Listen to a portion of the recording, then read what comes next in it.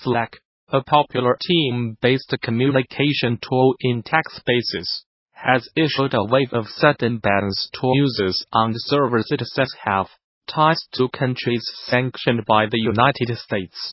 The deactivations themselves were sudden and instantaneous, meaning that any devs doomed by Slack to originate from Cuba, Iran, North Korea, Syria, and the Crimea region of Ukraine, even erroneously, will have lost access to any data or information they previously stored in Slack, along with losing access to communications with team members.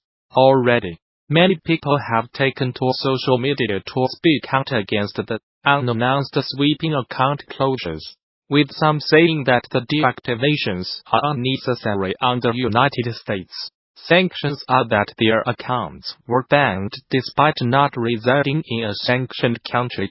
According to The Verge, Slack chalks the sudden ban wave up to an update to the system it uses to apply geolocation data based on IP addresses. However, numerous individuals on Twitter have rallied under the hashtag #SlackBan to point out that they had their accounts shut down in a variety of other circumstances, such as having visited Iran on holiday years prior or despite currently working or studying in a non-sanctioned country like the United States, Canada, or United Kingdom.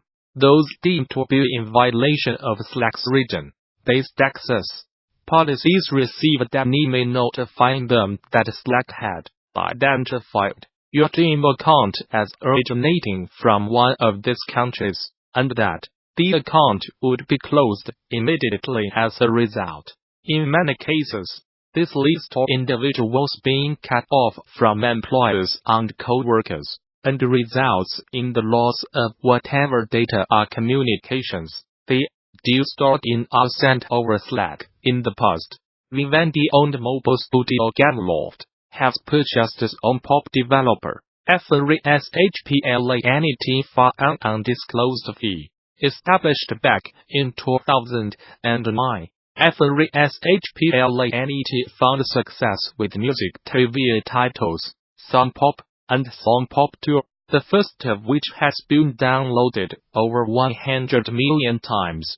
Gameloft believes the deal will help reinforce its presence in the States, and says it will support the studio in working on more ambitious projects by providing it with commercial, publishing and marketing support. FRESHPLANET is the unmatched category leader in music trivia. Their mobile games gather a large and engaged audience and are developed with a level of craft and passion that is everything we stand for, said Gameloft CEO Stefan Russell. This naturally led us to bring them on board. With Fresh Planet's talent and creativity, we see great opportunities to develop new ways of having fun and to reinforce our presence in North America.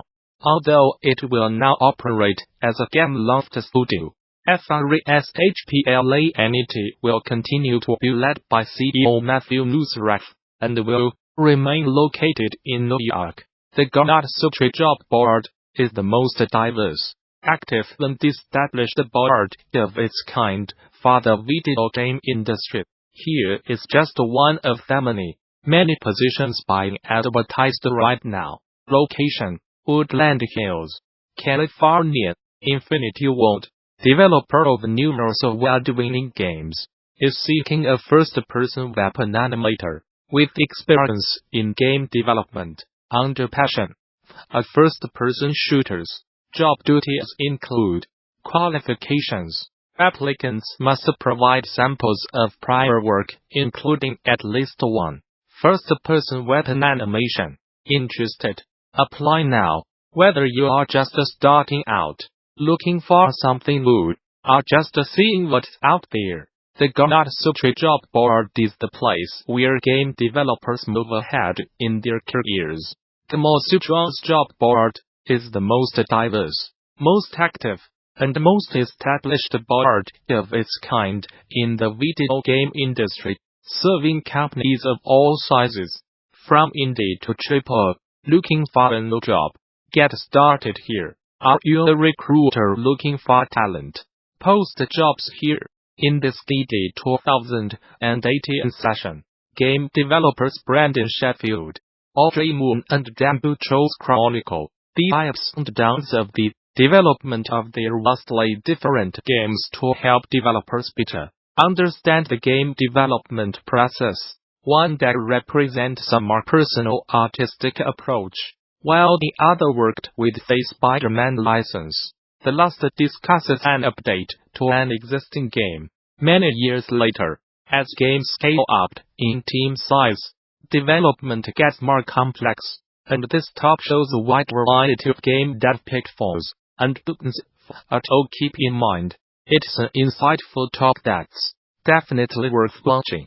So developers should not miss the opportunity to do so now that it's freely available on the official GD YouTube channel. In addition to this presentation, THEGDC Vault and its accompanying YouTube channel offers numerous other free videos, audio recordings, and slides from many of the recent game developers conference events. And the service offers even more members-only content for DD Vault subscribers. Those who purchased all access passes to recent events, like DD Vault, already have full access to DD Vault, and interested parties can apply for the individual subscription via the DD Vault subscription page. Group subscriptions are also available. Game-related schools and development studios who sign up for DD Vault Studio subscriptions can receive access for their entire office accompanied by contacting staff via the HGDC Vault Group subscription page. Finally, current subscribers with access issues can contact DD Vault technical support.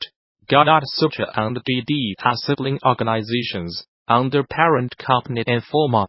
This post that originates from the site Narrative Construction contains no spoilers.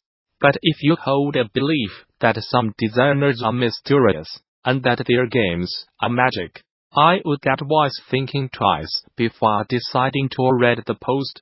The title, Putting into Play, is inspired by the term as scene, which means putting into a scene, put on stage.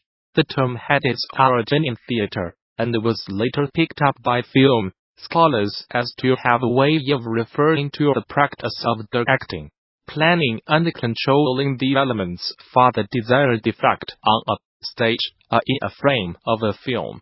Since the term is established in games, but where the concept could provide an overlook of the stylish elements that are to be organized and arranged in the creation of a film, my intention is not to put a new term into play. What I will put into play are the thoughts that precede the choice of elements that are to become the parts of the desired form of an engaging and dynamic game system. This isn't the first time in propelling thoughts as mean to show how the initial thoughts matter to the construction of a concept.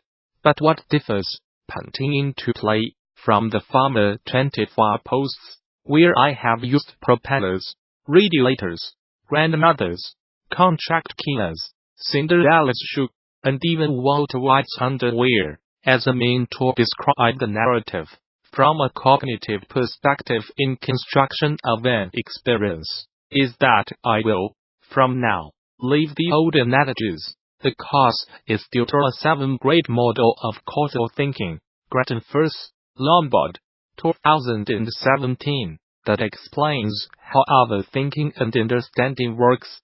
As to be more precise, it shows what is going on inside the head, which make us act and react. So from now on, due to the shift in approach, if you would like hands-on advice regarding game-specific elements associated with the narrative, according to how the roles and responsibilities are currently sectioned on an organizational level in the industry, on writing plot summaries, quests, narrative branched choices and conversation systems.